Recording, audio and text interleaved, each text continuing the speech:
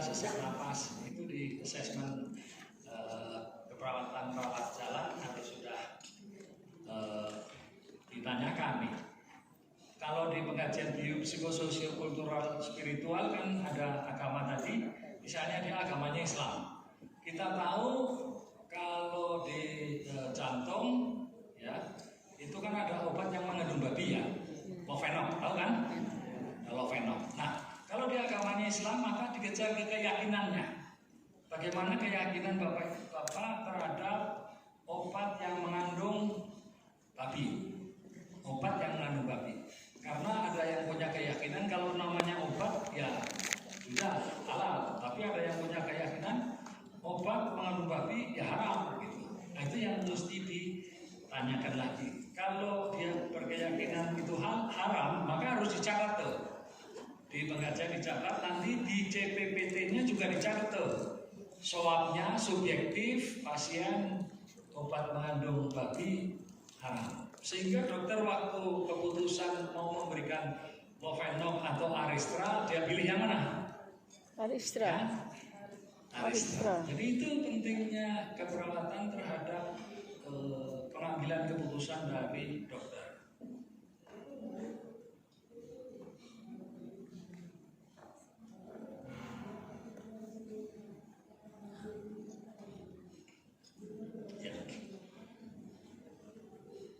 Jadi tadi mengenai hak pasien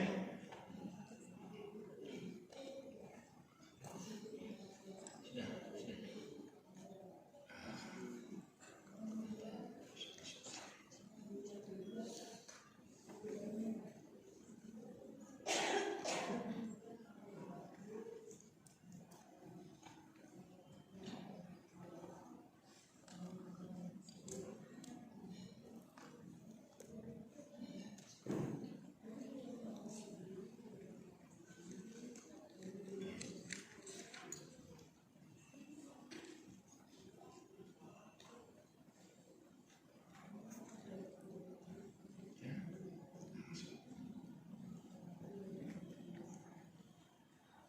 Terima kasih Mas. Memang beliau lebih kenal penunggunya sini dari saya. Jadi berhasil.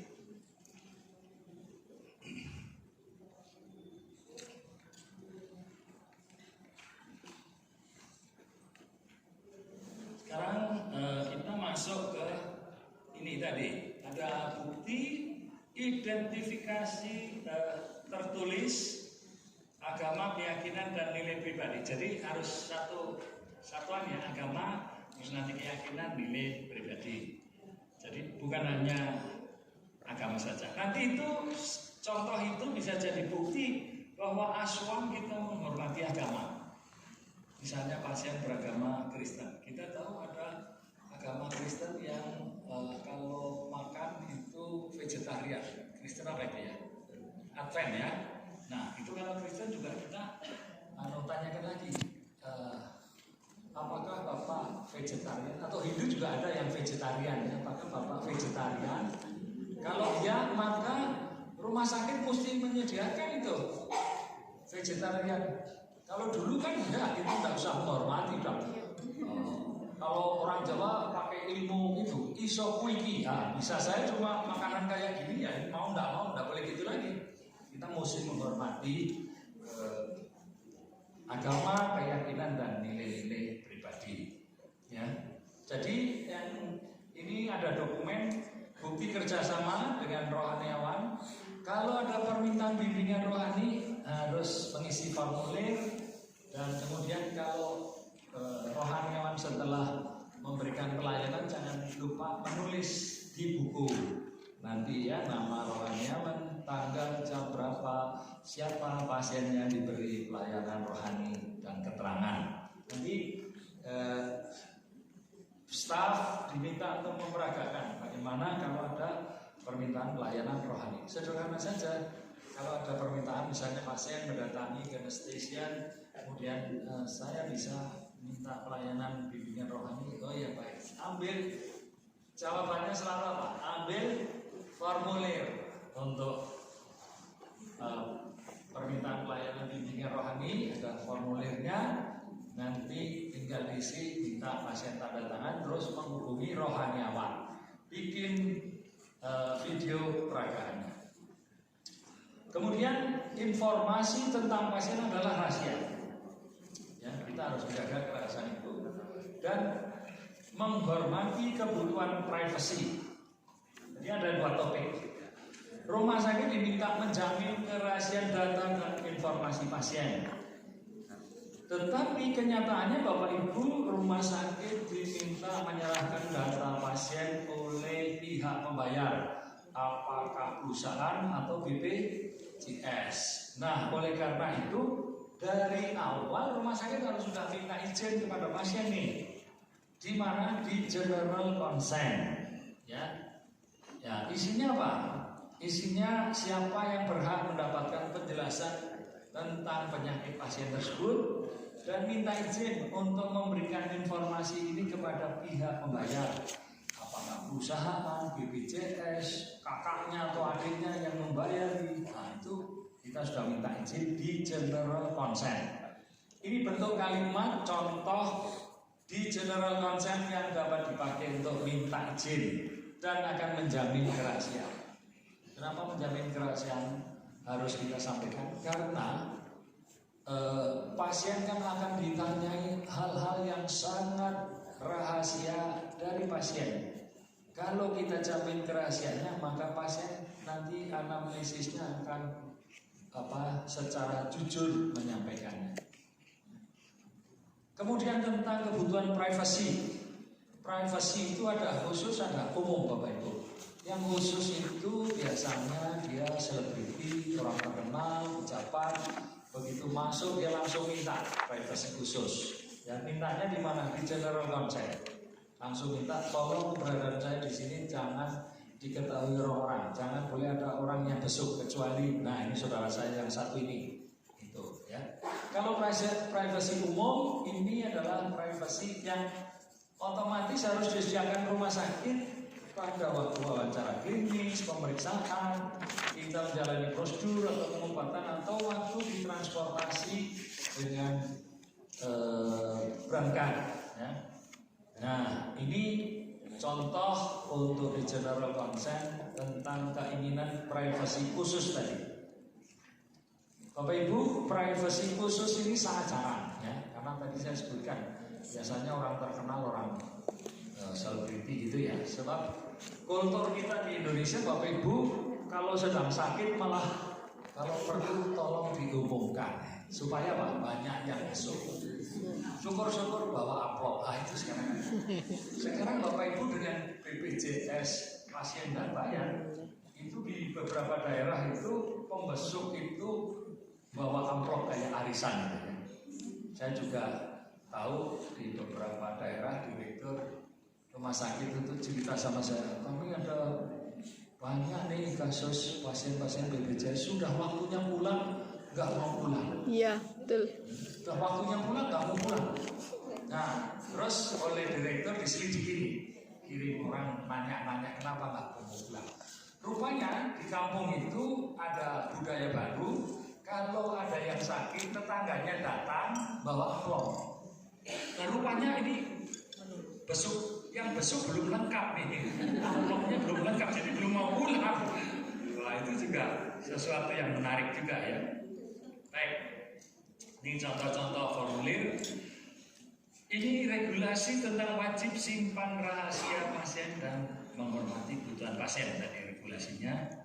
Bukti pelaksanaan penjelasan kerahasiaan tadi ada di mana? General consent ya. Bukti pelaksanaan permintaan persetujuan pelepasan informasi tadi ya, di mana? General consent ya. Ini bukti pelaksanaan wajib simpan rahasia pasien dan sumpah staf non klinis yang diberi akses ke rekam medis, karena rekam medis berisi informasi tentang pasien. Jadi semua staf non klinis yang diberi akses ke rekam medis harus disumpah. Kalau staf klinis kan semua staf klinis waktu menjalani profesi kan sudah disumpah untuk menjaga rahasia informasi pasien. Jadi staf klinis jangan disumpah lagi, ya. Saya pernah datang sebuah rumah sakit pas ada penumpang, banyak banget. Tuh, itu ada dokter teman saya kok ikut disumpah. Saya bilang sama direktur, itu dokter perawat kan dulu waktu profesi sudah disumpah. Jangan keseringan sumpah, nggak baik gitu. Sudah sekali saja kita. Yang disumpah siapa? Staf non klinis, ya. Yang diberi akses rekam medis.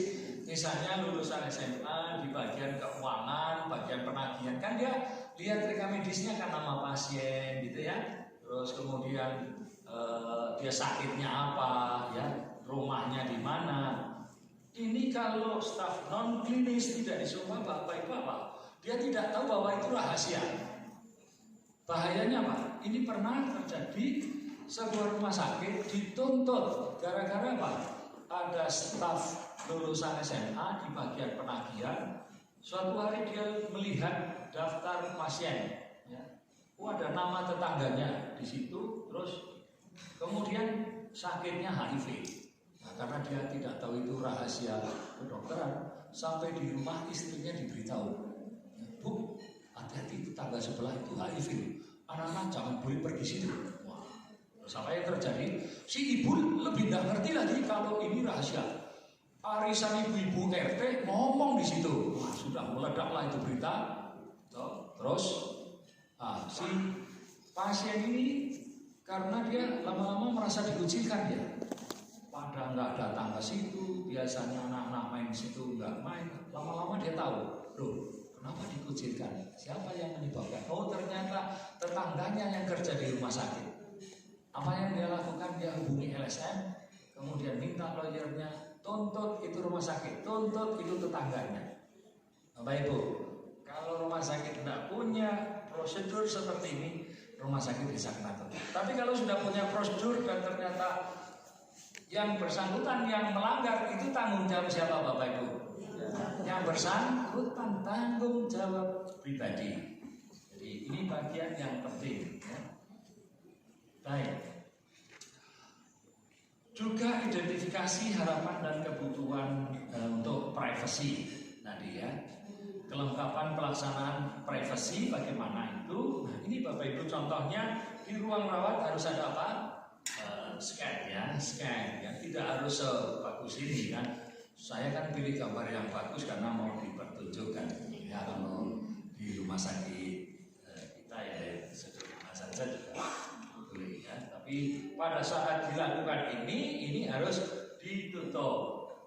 Yang boleh buka siapa? Pasien. Kalau misalnya sudah ditutup, pasien bilang sudah tidak apa-apa, tidak usah ditutup. Nah itu pasien tidak apa-apa.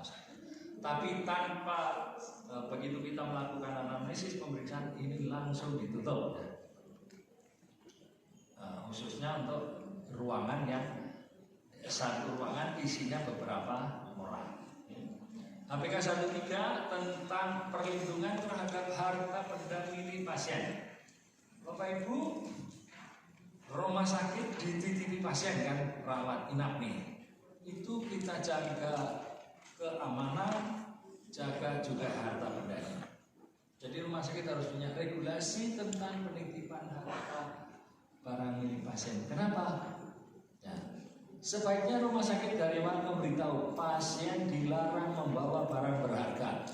Kalau bawa karena tidak punya keluarga atau tidak bisa membawa balik ke rumah, maka bisa dititipkan kepada rumah sakit. Ya, jadi yang dititipkan yang berharga saja.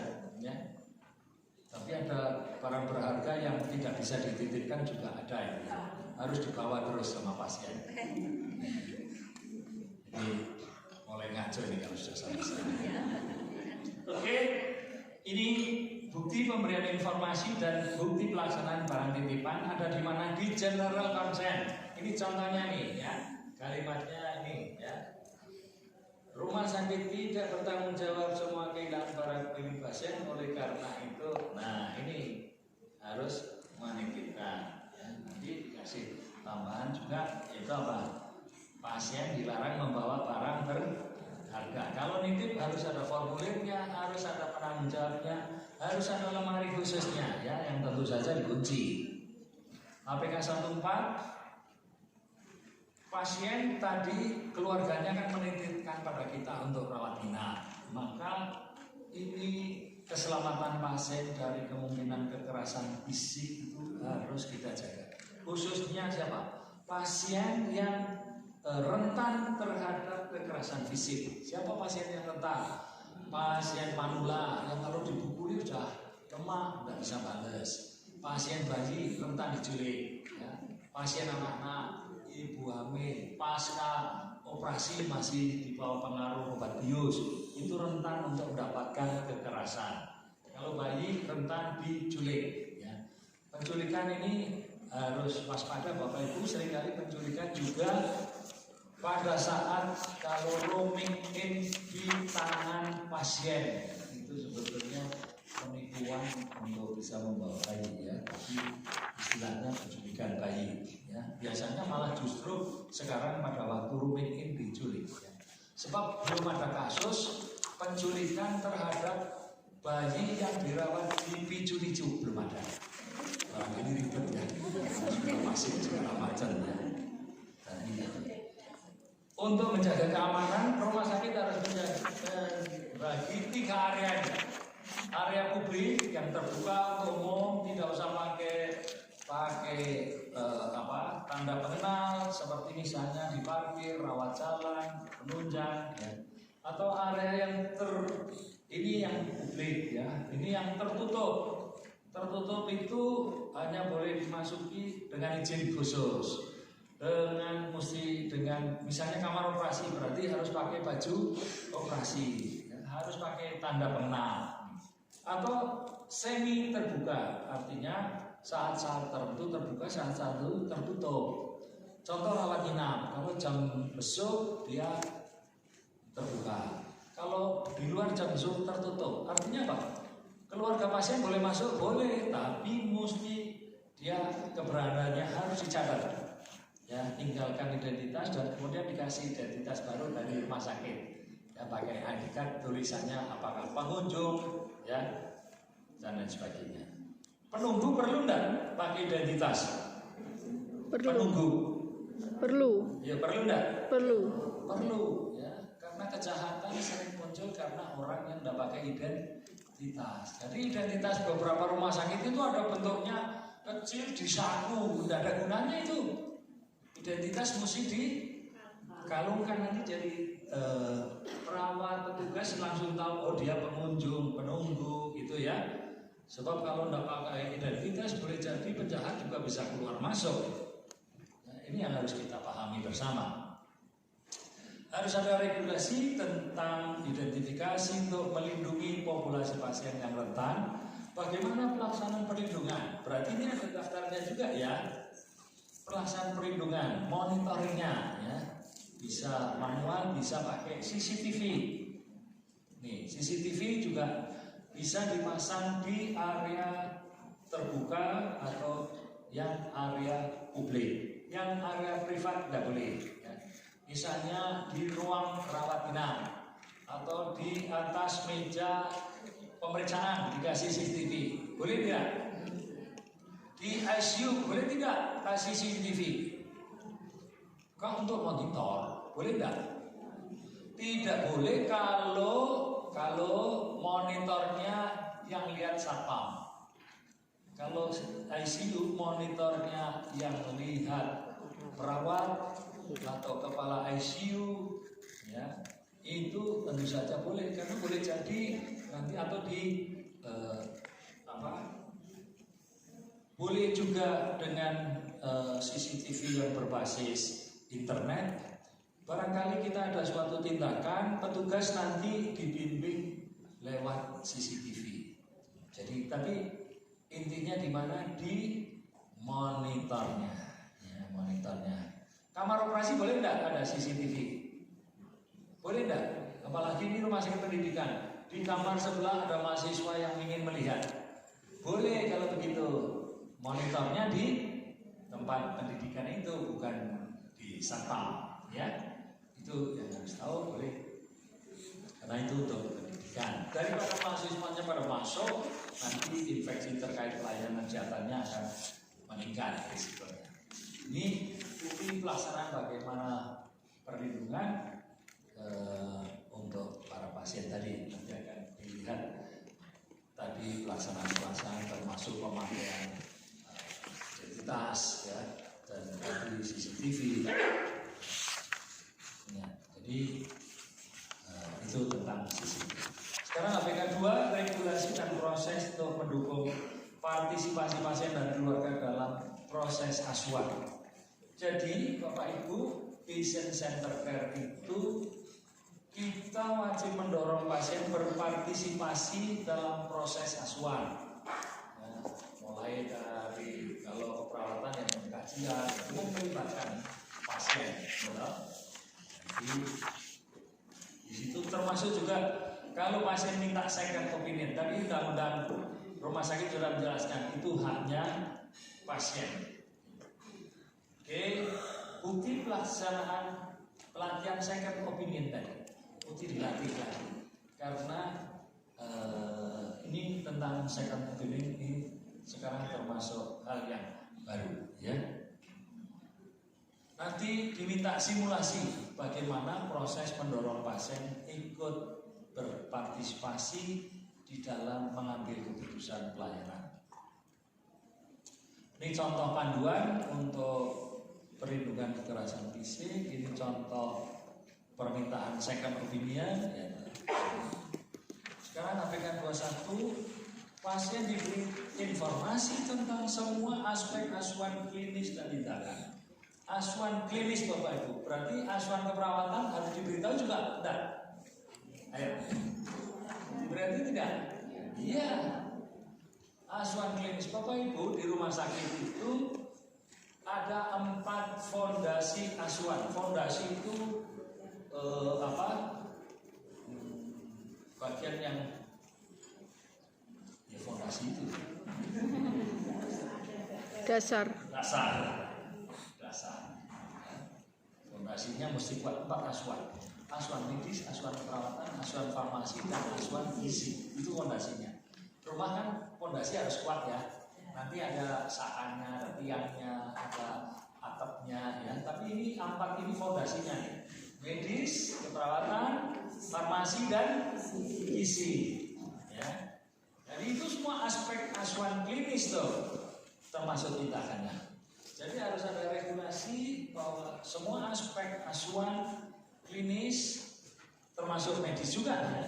Kalau medis Bapak Ibu, seorang dokter begitu selesai melakukan asesmen dia mesti mengkomunikasikan diagnosis. Jadi yang pertama kondisi pasien, diagnosisnya, rencananya mau diapain, itu apakah dikasih obat atau ada tindakan harus dijelaskan ya. Dan ini ada bukti pemberian informasi tentang kondisi klinis dan diagnosis pastinya juga ya.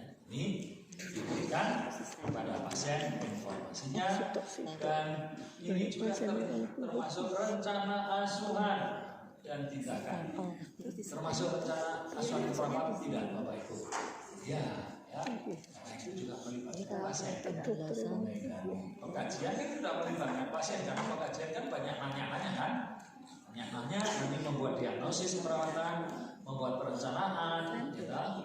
Nah, terus intervensinya ya, terus sampai ke evaluasinya ya, itu pasien mesti terlibat di situ ya, diberi informasi. Bukti pelaksanaan pemberian informasi kalau perlu persetujuan tindakan kedokteran. Ini maksudnya kalau untuk yang risiko tinggi. Kalau risiko rendah pakainya general consent, risiko tinggi pakainya informed consent. Ini bukti pelaksanaan pemberian penjelasan hasil dan proses asuhan dan pengobatan. Jadi setiap aspek asuhan sampai prosesnya sampai ke hasilnya. Bukti pelaksanaan pemberian penjelasan tentang hasil yang kemungkinan tidak terduga. Bapak Ibu, ini pasien dan keluarga dijelaskan dan paham tentang haknya dalam berpartisipasi membuat keputusan.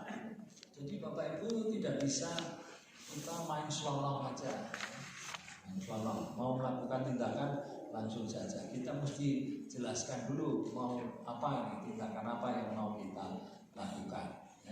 Kalau risiko rendah ada di general consent, minta izinnya. Risiko tinggi ada di inform consent. Baik. Sekarang APK 22 nih. Ini pasien dan keluarga diminta menerima informasi tentang penyakit, rencana tindakan, DPJP dan para PPA.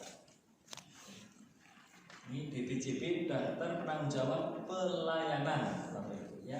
Bukan dokter penanggung jawab pasien. Kalau dokter penanggung jawab pasien, kalau pasiennya melarikan diri tinggalkan utang, dokternya ikut tanggung jawab karena penanggung jawab pasien. Kalau perawat istilahnya apa? PPJA, perawat penanggung jawab asuhan, yaitu asuhan apa? Asuhan keperawatan, ya, yang mandiri kan, asuhan perawatan kan yang mandiri. Oke, ada regulasi untuk menjawab pertanyaan kompetensi dan kewenangan PPA. Jadi pasien Bapak Ibu berhak nanya siapa PPA yang melayani dia. Misalnya pasien mau dioperasi jantung terbuka, pasien itu berhak nanya siapa dokter yang mau operasi. Berhak nanya lagi, dia punya kompetensi dan kewenangan untuk mengoperasi jantung terbuka apa tidak? Itu haknya pasien Bapak Ibu. Jadi rumah sakit nggak bisa lagi, misalnya pasiennya dokter A, nanti di kamar operasi yang operasi dokter B, dokter A-nya tidak datang. Nah, itu sudah tidak bisa lagi, ya, karena pernah terjadi kasus seperti itu, ya, seorang dokter senior ya, tidak operasi, yang operasi IPDS, terus kemudian bukan pasien BPJS, dia bayar dan kemudian menuntut. Karena apa? Tuntutannya dengan pasal KUHP, yaitu apa? Pasal penipuan. Dianggap apa? Menipu. Ya, jadi kita harus paham pola pikir pasien Bapak Ibu. Jangan pola pikir kita biasanya begitu tidak apa-apa, ya. Yang bahayanya itu apa? Biasanya, ya. Biasanya kurang 10 menit. Baik.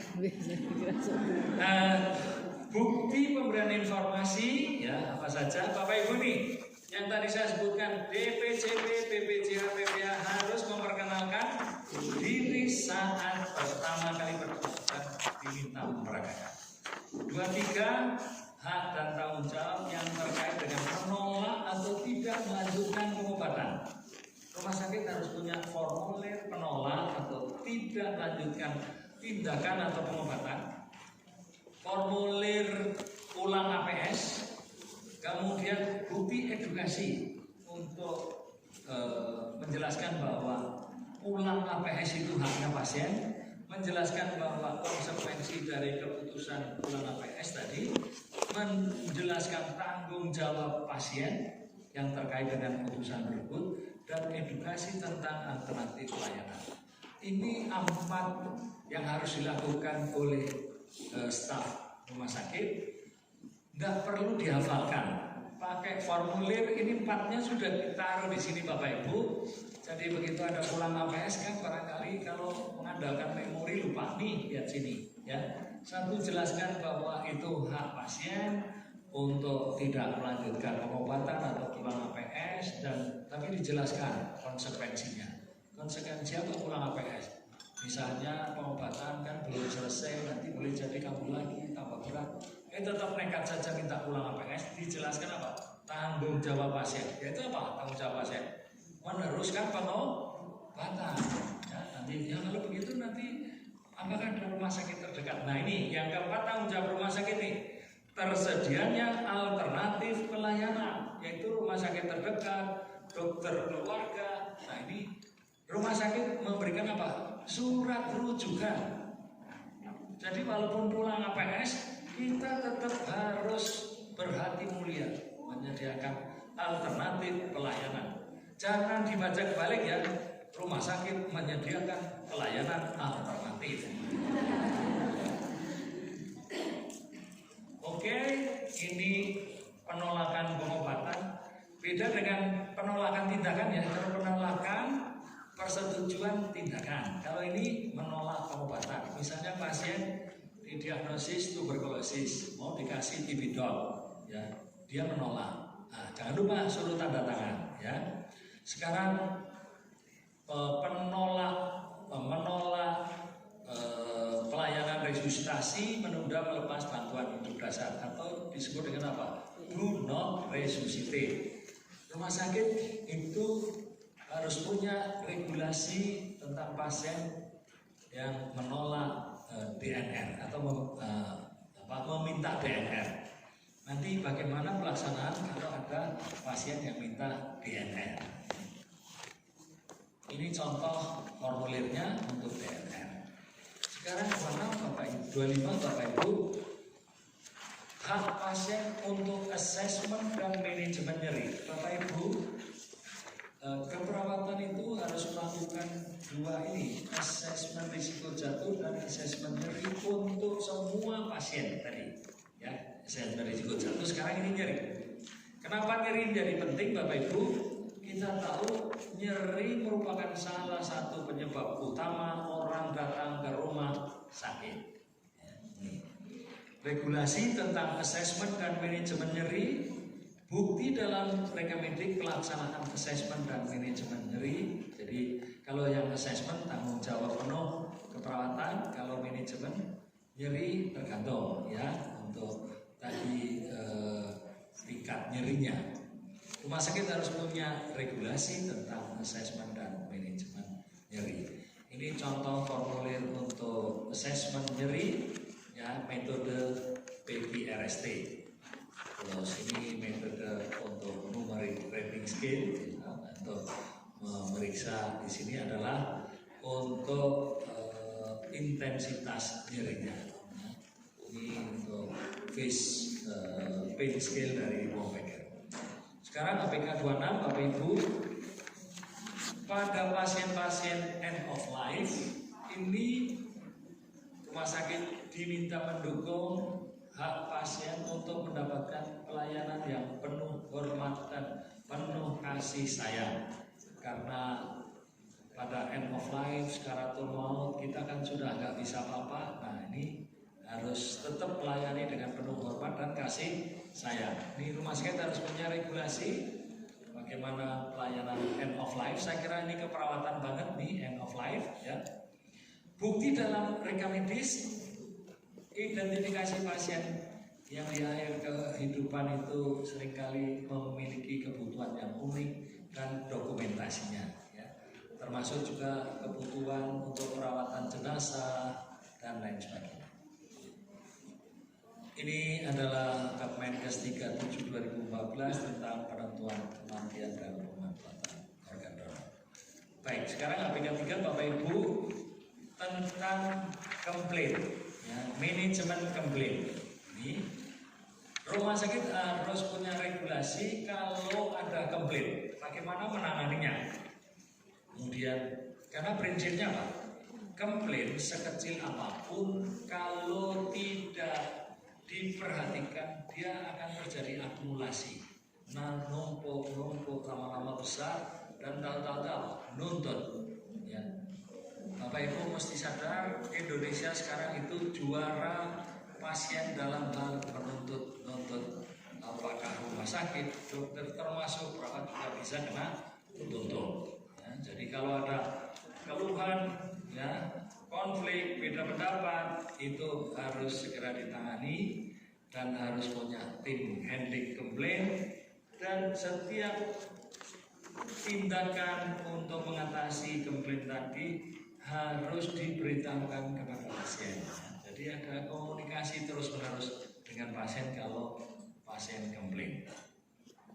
Terus ini nanti komplain mesti ditelaah dan ditindaklanjuti, tidak boleh disia-siakan, dan kemudian keluarga dan pasien dilibatkan untuk menyelesaikan masalah. Kalau ada konflik, beda pendapat, atau tadi komplain. Baik, sekarang APK 4 tentang hak dan kewajiban pasien harus diberitahukan kepada pasien dengan metode dan bahasa yang mudah dimengerti. Caranya sederhana, ya. Rumah sakit menyiapkan leaflet atau banner tentang hak dan kewajiban pasien, dan itu harus sesuai dengan bahasa pasien. Berarti kalau rumah sakit itu melayani pasien rata-rata berbahasa Indonesia dan ada yang tidak bisa bahasa Indonesianya bahasa daerah, maka ya harus dibuatkan itu hak dan kewajiban dalam bahasa daerah, ya, selain bahasa Indonesia. Kalau pasiennya banyak dari luar negeri bahasa Inggris, ya harus ada yang bahasa Inggris. Bukti materinya nanti kita cek ketersediaan materi informasi. Bentuknya tadi apa? Leaflet dan banner harus selalu tersedia. Setiap pasien masuk diadmisi nanti harus dijelaskan Bapak Ibu memiliki hak dan kewajiban sebagaimana ada di leaflet ini atau di banner itu. Kalau ada waktu silahkan nanti baca-baca. Kalau ingin dapat penjelasan lebih lanjut, jangan ragu-ragu hubungi nomor WA yang ada sini. Nah gitu. Jangan dijelaskan Bapak Ibu sebagai pasien, Bapak Ibu punya 18 hak nih. Pasien dengarkan satu persatu, dibacakan satu. Pasiennya lagi nyeri, kolik suruh dengarkan 18 marah. Ya. Ini nanti bukti materi informasi dan hak kewajiban pasien. Ya. Itu begitu saja, jadi sederhana. Ya. Nanti ada peraganya yang saya sebutkan nanti di peragaan itu ya, dibuat apa videonya nanti, jadi semua gampang nanti. Tidak ada yang sulit di dalam aplikasi. HPK 5 tentang general consent, Bapak Ibu. General consent. Kapan diberikan? Pasien rawat jalan, semua pasien rawat jalan harus menandatangani general consent. Kalau dia datang lagi, sudah tidak perlu lagi. Datang lagi tidak perlu lagi. Kalau datangnya untuk rawat jalan. Tapi kalau rawat inap, setiap rawat inap tanda tangan general consent. Sekarang pertanyaannya Bapak Ibu, ada pasien yang sudah pernah datang untuk rawat jalan dan 2 kali rawat inap. Berapa lembar general consent yang harus dipunyai di rekamedik pasien tersebut? 3. Berapa? 3. 3. Ya. Ada pasien yang hari ini daftar, ya, rawat jalan, terus ternyata dilanjutkan rawat inap. Ada berapa general consent? 2. 2. Ya. Baik, ada bukti persetujuan dan bukti materi tentang general consent harus sudah ditandatangani oleh pasien. General consent juga tidak harus dibaca satu persatu, karena dia kan waktu admisi, waktu mau masuk rawat jalan atau rawat inap, cukup petugas diadmisi. Ini yang menjelaskan petugas diadmisi nih Bapak Ibu. Itu disiapkan general consent Bapak Ibu, ini ada persetujuan umum, silahkan dibaca, nanti terus ditandatangani. Kalau pasien tidak baca dan langsung tanda tangan boleh? Boleh, itu haknya pasien. Ya, harapannya memang begitu. Kalau dia baca, waduh, kita nunggu ini bacanya 1 jam ini, sementara yang daftar banyak, ya udah tinggal dulu nih daftar yang lain. Ya tidak apa-apa, daftar yang lain. Oh nanti dia juga baca semua. Waduh, ini jadi taman bacaan ini kalau gitu. Tapi biasanya sih ya sekilas lah. Ya, berpura-pura baca. Oke, 51. Ini inform consent, tadi kan general consent, sekarang inform consent. Ya. Inform consent itu untuk apa? Semua tindakan prosedur pengobatan termasuk pemberian darah, produk darah yang berisiko tinggi. Kalau general consent yang risikonya rendah, yang risiko tinggi, rumah sakit harus punya regulasi tentang inform consent. Dan inform consent harus diberikan informasi tentang tindakannya. Yang memberikan siapa? Harus operator. Ini dapat kalau perlu dibantu staf yang terlatih. Tapi yang utama harus oleh operator, ya, dokter yang operasi. Staf yang terlatih itu untuk mendukung penjelasan lebih lanjut. Harus ada bukti pelaksanaan pemberian informasi dan atau menolak, ya, menyetujui atau menolak. Bapak Ibu lihat inform consent yang senar masih sama, berbasis ke buku manual persetujuan tindakan kedokteran Indonesia. ada pemberian informasi, ada persetujuan tindakan, ya, atau penolakan tindakan. Jadi ada dua bagian. Ini harus dijelaskan lisan maupun tertulis. Nanti ditulis ini boleh pakai tanda kurung, nanti dikasih contreng sini. HPK 52, kapan kita minta inform consent? Bapak Ibu, kita wajib minta inform consent sebelum operasi, sebelum anestesi, termasuk sedasi. Ingat, yang di edisi 11 semua sedasi. Kalau dulu kan hanya sedasi yang moderate dan yang dalam. Ya. Nah sekarang enggak, ringan pun, ringan, sedang, dalam, semuanya minta persetujuan inform consent. Pemberian darah, produk darah, tindakan dan prosedur lain yang risiko tinggi. Pengobatan risiko tinggi. Bapak Ibu,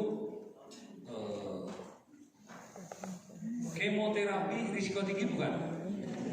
Inform consent tidak? Sekarang saya tanya, seorang pasien mau dioperasi CA mama, kemudian setelah CA mama akan dilakukan operasi, lakukan tindakan radioterapi, dilanjutkan dengan kemoterapi. Ya. Berapa inform consent yang dibutuhkan? 3. 1, apa? Tindakannya. Tindakan. Operasinya. Operasi. 2. Anestesi. Anestesi. Ya. 3. Kemoterapi. Radioterapi. 4. Kemoterapi. 1 itu banyak inform consent. Kemudian setelah dioperasi perdarahannya banyak, butuh transfusi. pemberian darah, inform Consent lagi. Gitu ya. Jadi berapa tadi itu? 5. Ini regulasi tentang inform consent. Bukti pelaksanaan inform consent sebelum operasi atau prosedur invasi, anestesi, pemakaian darah, produk darah, dan pengobatan risiko tinggi. Rumah sakit harus punya daftar pengobatan, tindakan, prosedur yang perlu inform consent. Jadi Bapak Ibu kalau ditanya, ya, bagaimana saudara memastikan bahwa tindakan ini perlu inform consent apa tidak? Jawabannya bagaimana? Saya ingat saya ini perlu loh. Nah, boleh enggak? Biasanya ini pakai loh, biasanya lagi. Enggak boleh lagi ada kata biasanya atau seingat saya. Tapi apa? Lihat daftar. Daftarnya lihat, ini loh, ada nama operasi itu, ya, mesti inform consent. Berarti ada daftar transfusi darah, ya, produk darah yang perlu inform consent. Semua harus ada daftarnya. Ya. Terus bukti dalam reka medis, identitas staf medis yang tadi membantu memberikan inform consent, membantu loh ya. Bukan utama, tetap yang utama harus dokternya sendiri yang harus bertanggung jawab. Ya. Staf klinis lain membantu, misalnya menjelaskan persiapan operasinya, ya, bagaimana persiapannya, nanti sesudah operasinya bagaimana, nah, itu membantu menjelaskan. Sekarang yang ketiga, kalau pasien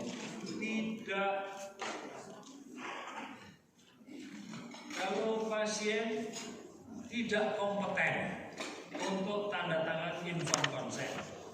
Siapa pasien yang kompeten, Bapak Ibu? Yang kompeten sudah ada regulasinya, yaitu pasien yang kompeten tanda tangan inform consent mesti pasien yang dewasa atau bukan anak, ya, ini telah atau pernah menikah, tidak terganggu kesadaran fisik, mampu berkomunikasi wajar, tidak mengalami retardasi mental atau gangguan mental. Ya, jadi sudah pernah menikah, telah atau pernah menikah, dewasa, ya, dan sehat dari gangguan mental maupun retardasi mental. Ini yang kompeten. Kalau tidak kompeten, Bapak Ibu yang menandatangani ini di Permenkes 290/2008 urut-urutannya nih, keluarga terdekat itu suami atau istri, ayah atau ibu kandung, anak-anak kandung, saudara kandung atau pengampunya. Jadi ini Bapak Ibu mesti tahu persis. Kalau misalnya ini saya kasih soal nih, ada seorang wanita 15 tahun. Ini kan tadi disebutkan dewasa atau bukan anak ya. Kalau berdasarkan Undang-Undang Nomor 23 tentang Perlindungan Anak, ini 18 tahun dianggap bukan anak. Saya sarankan pakai ini saja, 18 tahun ya. Yang kalau ini KUHP 21 tahun, pakai ini 18 tahun saja. Ya. Misalnya ada pasien wanita 15 tahun, ya, dia mau dioperasi, 15 tahun mau dioperasi, diantarkan oleh bapaknya, oleh temannya, kakaknya, mertuanya, pamannya, tetangganya, sak kampung ikut semuanya. Bapak Ibu mesti milih siapa yang mesti tanda tangan. Bapaknya. Siapa? Bapaknya. Bapaknya, ibunya. Suaminya nggak ada tuh. Kenapa pasiennya? Sudah menikah. Mertuanya ikut. Oh iya, sudah Berarti dia sudah menikah. menikah. Walaupun 15 tahun dia kompeten tidak? Kompeten. Kompeten. Jadi tidak mudah loh Bapak Ibu ya. Iya. Tidak mudah. Mesti tahu nih semua regulasinya ya. Jangan main obat. Pernah nih seorang dokter mata dituntut gara-gara apa? Ada kecelakaan lalu lintas ya. Pasiennya 17 tahun. Kecelakaan lalu lintas, matanya perforasi harus dienukleasi. Keluarganya tidak ada. Nah, dokter menganggap 17 tahun, jadi ini sudah dewasa. Terus minta pasien yang tanda tangan. 3 hari kemudian keluarganya datang, loh anakku sudah tidak punya mata dienukleasi. Kok tidak minta izin sama bapaknya? Dituntutlah dokter tersebut. Di pengadilan dokter menang apa kalah? Menang apa kalah? 17 tahun. Ayo, menurut tadi Undang-Undang Perlindungan Anak berapa tahun? 18 tahun. Mestinya dia kontak orang tuanya dulu. Ya ini enggak. Alasan dokter apa? Dulu itu kalau nonton film ada 17 tahun ke atas. Operasi kok. Landasannya kok nonton film. Ya kan dulu kan ada itu 17 tahun ke atas zaman dulu banget. Mungkin Bapak Ibu yang muda-muda enggak mengalami nonton film 13 tahun ke atas, 17 tahun ke atas. Ngalamin enggak tuh? Masih ngalamin ya. Sekarang kita semua umur semuanya. Oke, sudah selesai sampai APK 5. Tapi tadi karena ada satu yang ada Indonesia, APK 6 adalah ini penelitian di mana menggunakan manusia atau pasien sebagai subjek. Walaupun mahasiswa, walaupun kuesioner yang ditanyain pasien, berarti ini menggunakan pasien sebagai subjek. Penelitian yang menggunakan misalnya karyawan yang disurvey, berarti apa? Manusia sebagai subjek. Bukan pasien, tapi apa? Manusia. Ingat, manusia atau pasien. Kenapa kok? Hanya kuesioner aja kok juga harus mengikuti aturan. Ya. Sebab ada beberapa kasus kuesionernya itu memicu kemudian kebetulan kasusnya itu kasus jiwa, ya, memicu munculnya penyakit pasien. Jadi semua mesti pakai regulasi. Tanggung jawab pimpinan rumah sakit melindungi pasien yang tadi sebagai subjek penelitian. Jadi sebab apa? Pasien datang apakah untuk sebagai subjek atau untuk mau berobat? Mau berobat, jadi harus dilindungi nih. Enggak. Kemudian, nah ini disebutkan pelaksanaan bagaimana menyampaikan informasi tentang regulasi tersebut dan ada komite etik penelitian. Rumah sakit harus punya komite etik penelitian, di mana komite ini kemudian mesti ikut pelatihan yang diselenggarakan oleh Komite Nasional Etik Penelitian ya, yang ada di Kementerian Kesehatan. Itu supaya paham tentang semua regulasi ya, mematuhi peraturan perundang-undangan tentang kode etik penelitian, kode etik profesi dan lainnya. Ada regulasi, mekanisme memastikan ketaatan terhadap peraturan perundang-undangan dan syarat profesi. Rumah sakit harus menyediakan anggaran yang adekuat untuk program penelitian. Sebab ilmu itu sendiri berkembang karena ada penelitian, tapi pasien juga harus dapat perlindungan. Jadi harus seimbang ya. Bapak Ibu, kalau penelitian itu ada penelitian klinis, ada uji klinis. Kalau penelitian klinis tadi tidak ada intervensinya tadi ya, hanya kuesioner, kan tidak ada intervensi. Kalau uji klinis ada intervensinya, berupa apa? Pemberian obat, atau prosedur baru, atau tindakan, nah itu uji klinis. Kalau uji klinis, Bapak Ibu, ini subjek penelitian, dalam ini pasien ataupun manusia harus diberi jaminan asuransi. Kalau nanti timbul KTD atau apa, itu sudah ada yang menjamin. Sebab tidak adil kalau kemudian dia jadi subjek penelitian, terus timbul KTD, dan kemudian dia harus membiayai sendiri. Bayangkan Bapak Ibu yang jadi pasien. Jadi dari sisi. Sekarang 62. Bagaimana untuk mendapatkan akses ke penelitian klinis atau uji klinis? Rumah sakit harus punya regulasi untuk proses memberikan informasi tentang tadi akses ke uji klinis atau penelitian klinis. Nanti bagaimana pemberian informasinya, ya, termasuk tentang potensi ketidaknyamanan dan risiko selalu harus disampaikan, ya, plus minusnya. Bagaimana pemberian informasi tentang alternatif yang dapat menolong mereka. Jadi contohnya misalnya ada pasien dengan kanker stadium 4 yang barangkali pengobatannya belum ada, tetapi di semua rumah sakit sedang ada penelitian tentang pengobatan tersebut. Rumah sakit ini diminta memberi informasi tentang penelitian yang ada di tempat lain untuk obat-obat yang baru misalnya, gitu ya. Jadi termasuk juga ini informed consent, informasi prosedur apa yang harus diikuti, dan juga pasien berhak sewaktu-waktu kalau sudah jadi subjek penelitian berhak sewaktu-waktu menolak atau mengundurkan diri dan tidak mempengaruhi akses pasien terhadap pelayanan rumah sakit. Yang 63, bagaimana pasien ikut berpartisipasi di dalam clinical trial, harus dapat perlindungan. Jadi nanti pasien diberitahu tentang protokol penelitian, ya. Dan jadi prosedur penelitiannya nanti termasuk manfaat dan risiko dari penelitian harus diberitahu. Ya.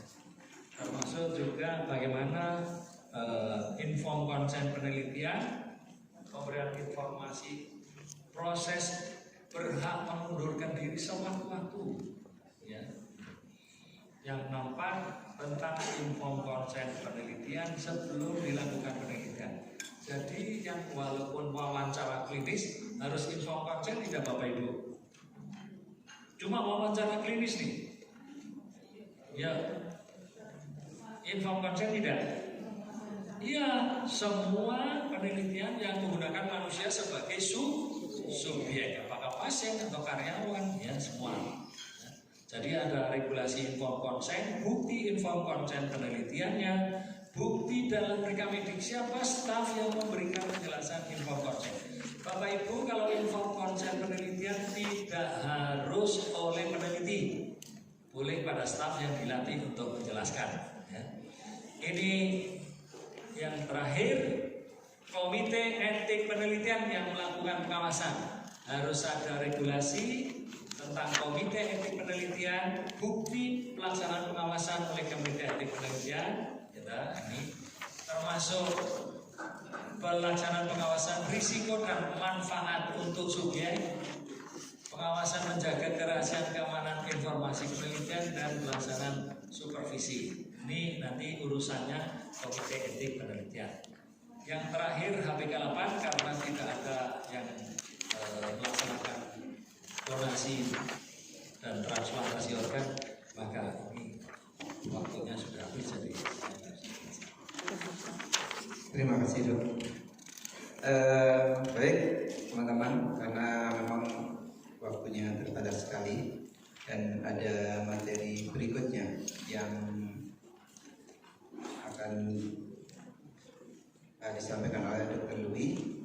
Ada beberapa pertanyaan yang sudah masuk. Memang waktunya terbatas, nanti kami forwardkan ke WA Dr. Stoto ya dok ya. Bagi teman-teman, karena nanti minta tolong panitia WA Dr. Stoto untuk nanti ditampilkan dan di forwardkan. Oh iya, bagi yang tadi sudah masukkan pertanyaan-pertanyaannya, nanti pertanyaan yang masuk itu yang tadi ditanyakan langsung saja dikirimkan ke WA Dr. Sutopo. Baik, terima kasih. Mohon maaf atas kekurangan. Assalamualaikum warahmatullahi wabarakatuh. Kita berikan aplaus untuk Dr. Sutopo.